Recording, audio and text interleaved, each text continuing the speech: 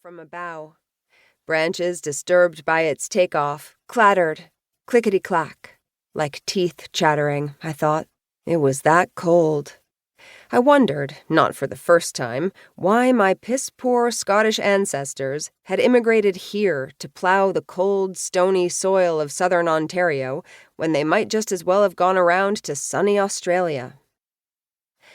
The road leveled out. Dupré and I relaxed a bit. We rounded the bend, nearing Paul's house, which rose beyond its barrier of blue spruce trees, ranged like sentinels. A municipal truck lumbered out from the adjoining road and rumbled past us, spitting rock salt to thaw the ice. The pea-sized granules gave me traction, which was a relief, but I knew they burned Dupré's paws, and I hated to see her in pain. She flinched, but carried on, head high with that stoic canine spirit that shames us whiny humans. "Hold on, sweetie." I tugged the leash to stop her, pulled off my mitten with my teeth, and used my fingernail to pick salt crystals off her forepaws' tender pad. Its leathery softness was warm against my chilled fingertips.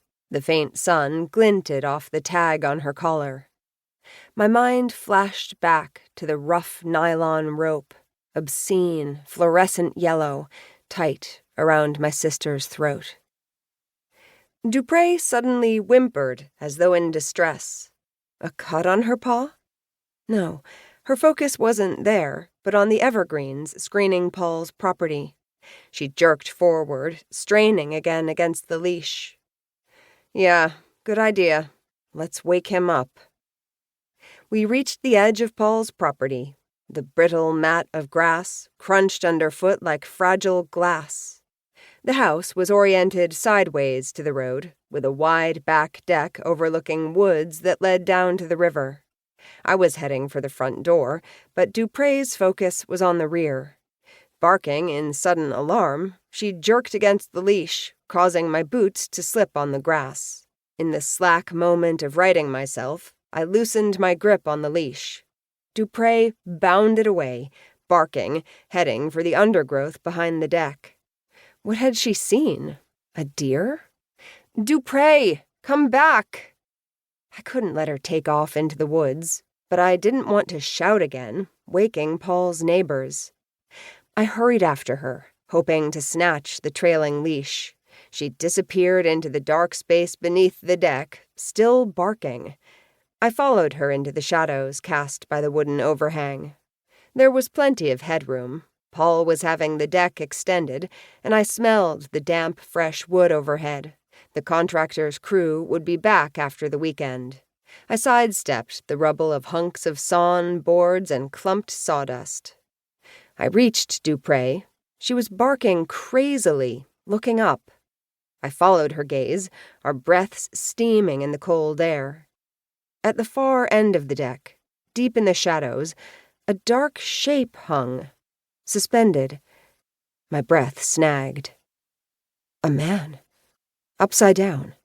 His torso like a forked branch, one leg stretched taut, his foot caught in wire from the deck, the other leg splayed.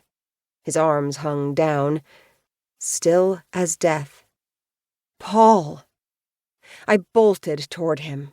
A spear of sunlight through the deck glinted off him. I froze. He was completely encased in a film of ice. 2. It had all started exactly 24 hours earlier when I received a tip-off in an early morning phone call.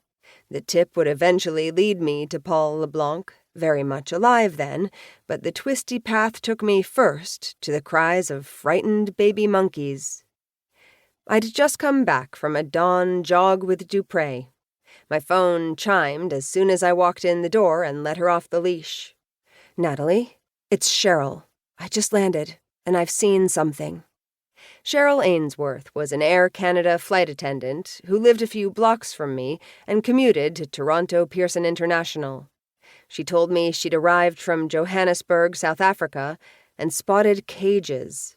"Smelled them first," she said.